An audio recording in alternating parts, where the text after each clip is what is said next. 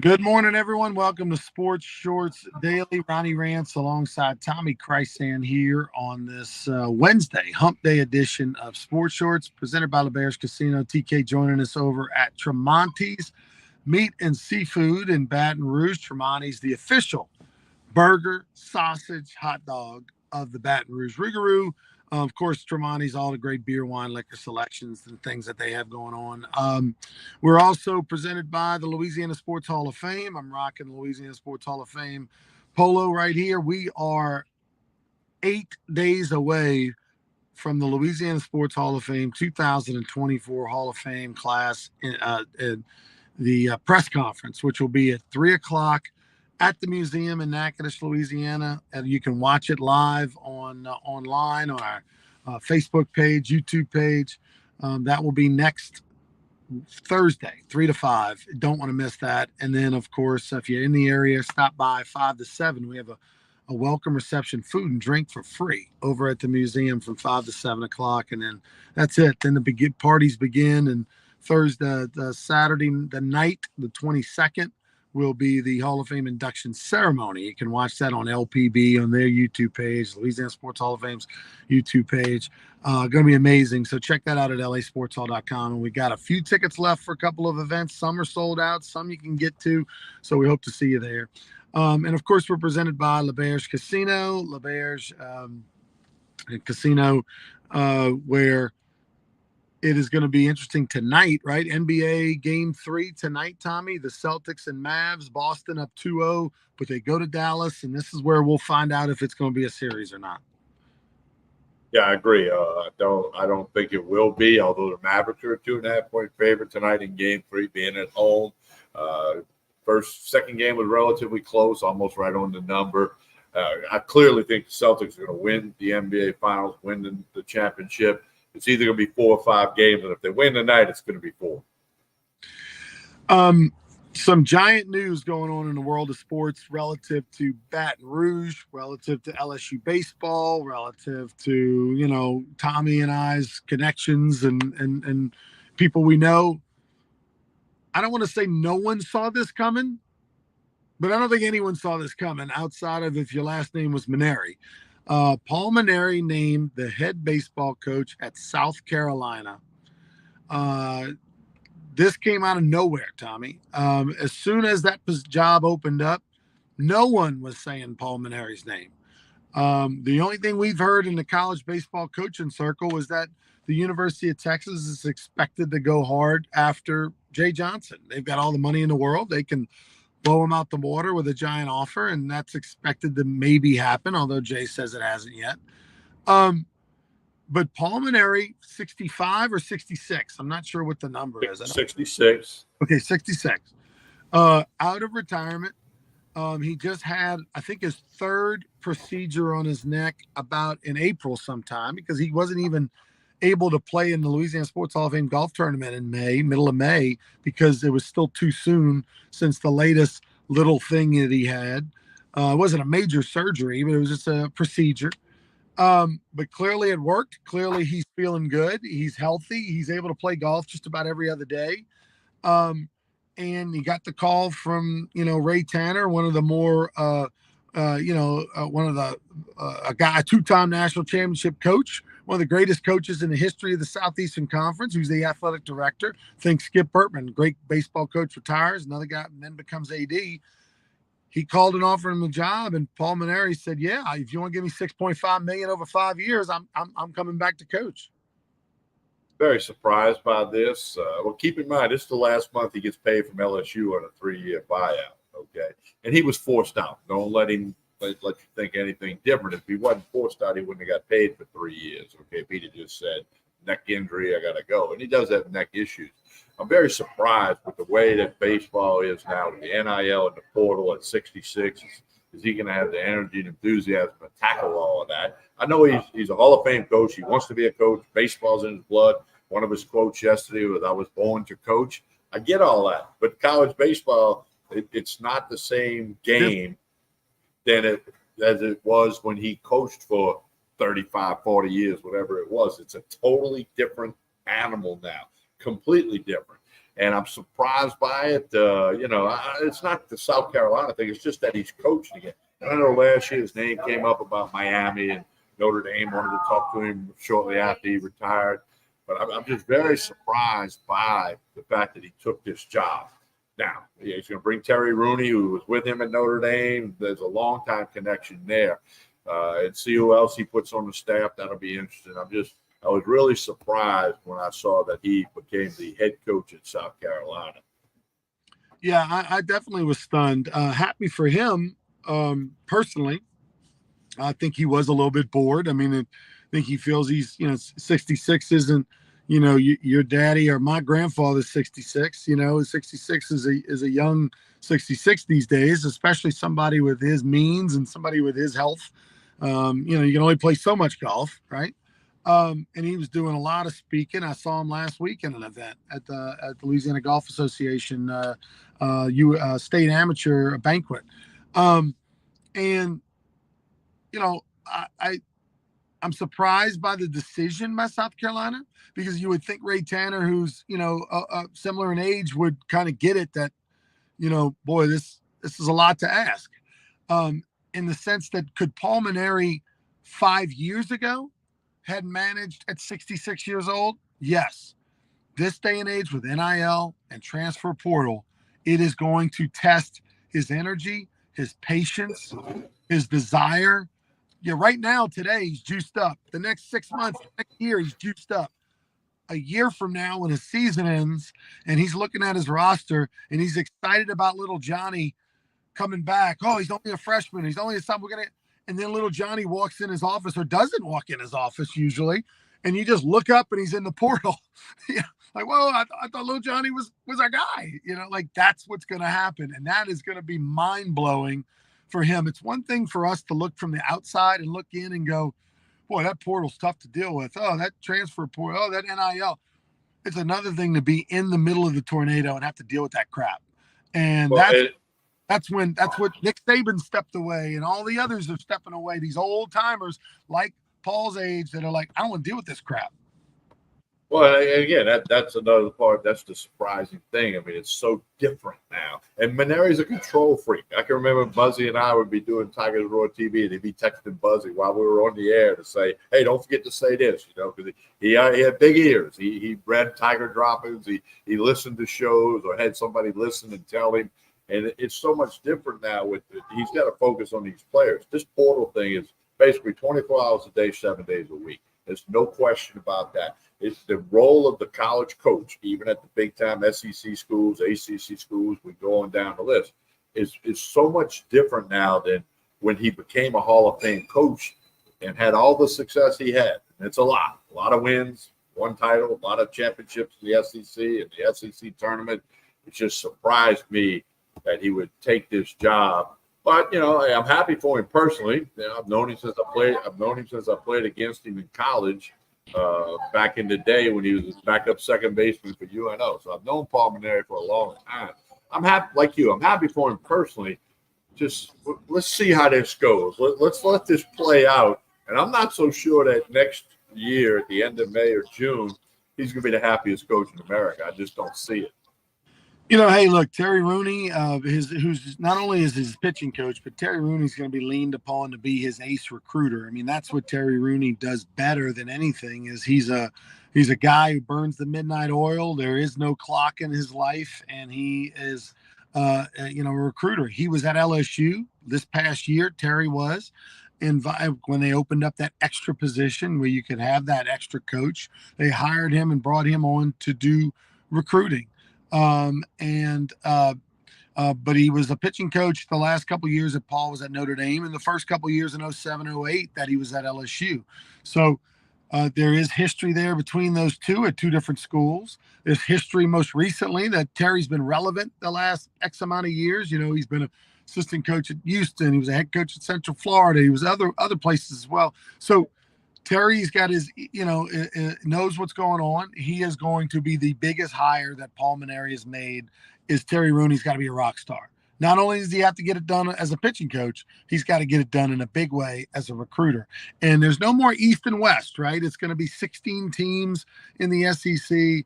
with Texas and Oklahoma coming in, they're going to play a rotating schedule and all that kind of stuff. So there's 16 teams. Obviously, that means you play 15 opponents, but you're only going to play 10 in a given year. So then it starts to come down to how lucky do you get? Who do you not play on the other side? Fingers crossed that LSU, South Carolina would be playing each other next year and the year after. They are. They are actually playing in 25 in Baton Rouge. So nice. There wow, you go. wow, that's going to be a whole thing. But again, we'll see how it plays out. Like you, I'm happy for Paul personally. You and I have both known Paul forever and worked with him in the media role and as friends.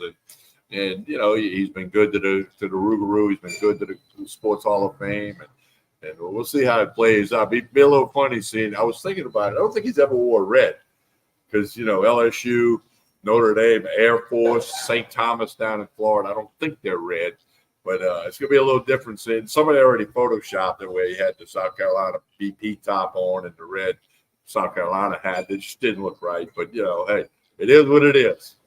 Hey, happy for him, and get your tickets now for that LSU South Carolina series. That'll be a sellout, and it'll be a big deal. I'm sure LSU fans will give him the standing ovations, and it'll be a tremendous homecoming for him and his wife and family. But definitely going to be weird to see him over in that dugout. I'm really curious to see who the rest of his staff is, because this is going to be, he's got to hit it right, got to get it right, got to hit a home I think there's a former Clemson coach on the South Carolina staff. There's a hitting coach that he had to keep with Ray Tanner wanting him to keep. Yeah, I did hear that. Yeah.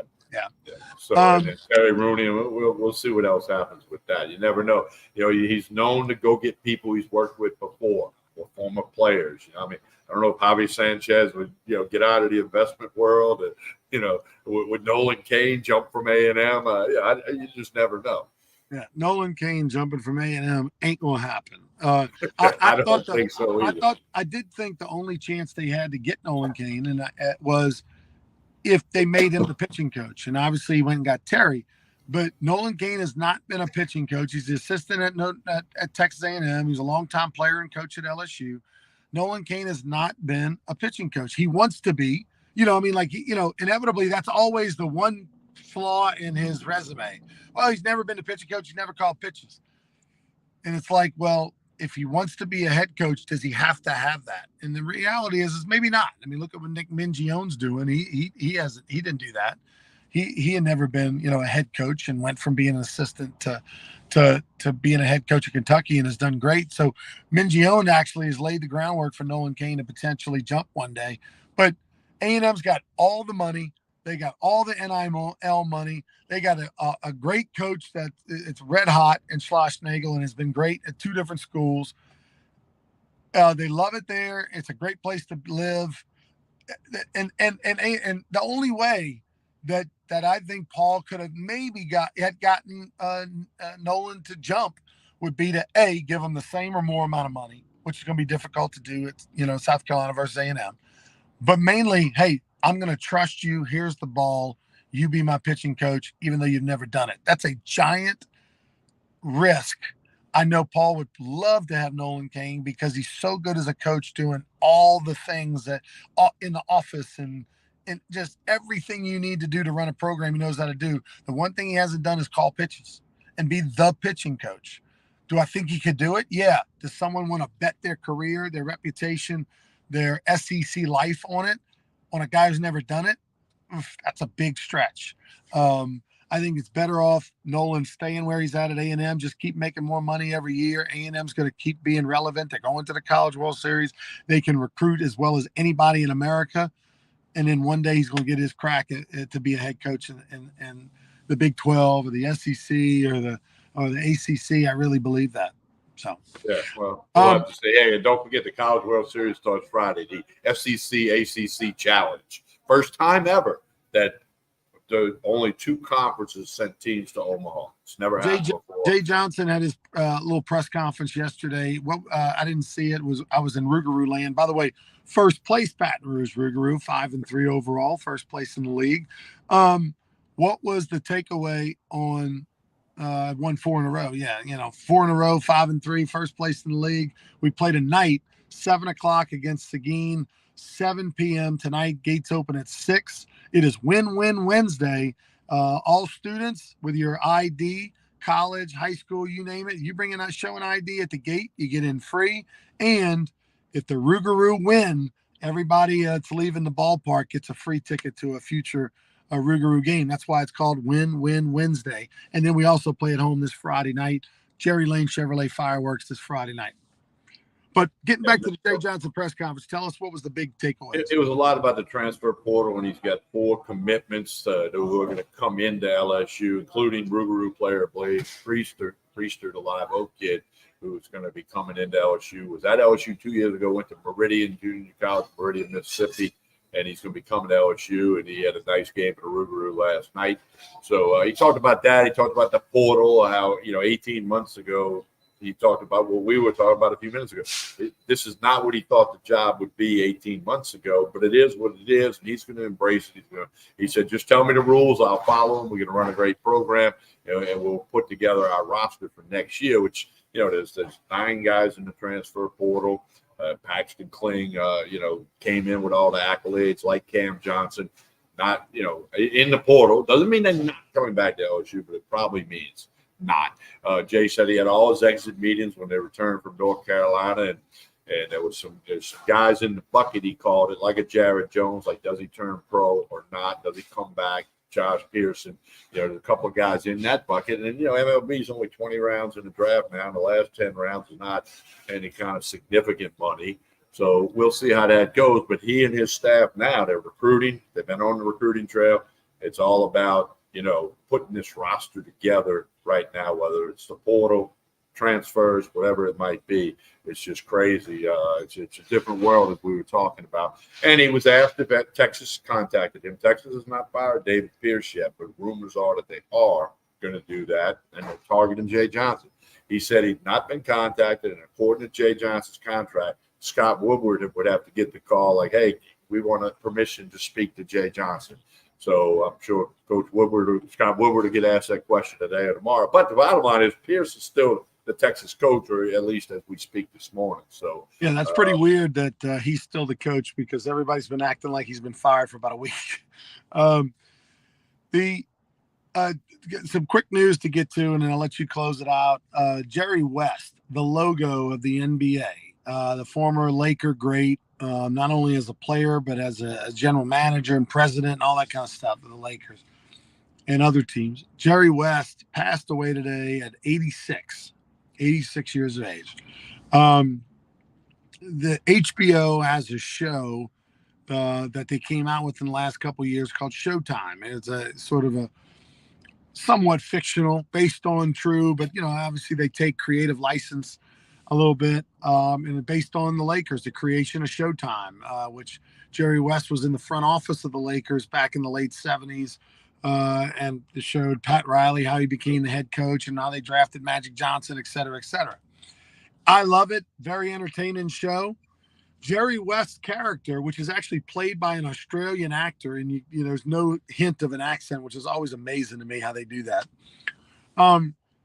His character in that HBO show isn't a very warm and friendly one. I mean, he's pretty much an asshole, is Jerry West on this show. And my understanding is that Jerry West said in his private life, that he didn't like that character and it was bullshit, and it didn't happen like that and all that kind of stuff, which I always find interesting. But clearly there's probably somewhere between the show and reality, the truth lies probably somewhere in the middle, right? But that said, regardless, Jerry West is one of the legends of the NBA. He was a top 50 player in the NBA when they had their 75-year anniversary. He was listed as a top 50 player in the NBA. I'd be willing to say, Tommy, Jerry West is a top 25 player in the NBA to this day. You take into consideration 100 years of the league or whatever it is, and Jerry West would be a top 25 guy, if not even higher, and especially when you take into consideration his full resume, not just as a player. Yeah, we don't have enough time to list all his accomplishments as a player, as an executive, general manager in the game, the inspiration for the logo of the NBA.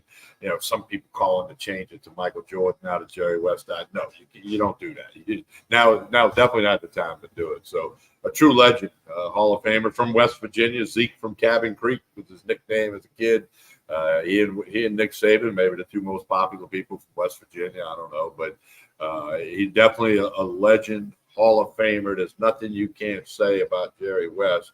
Again, go to Wikipedia and look at his accomplishments. I've ripped through that a little earlier this morning. It would take too long for us to even start talking about him, of what he accomplished, what he meant, not just to the NBA, but to the game of basketball. The most incredible thing, I mean, there's so many incredible things about Jerry West, but the one that's just wow is the guy was named the MVP of the NBA Finals and his team lost. That doesn't happen. It just 72. That doesn't happen. You know what I mean? That just doesn't happen. It's incredible. And that tells you the greatness that he was.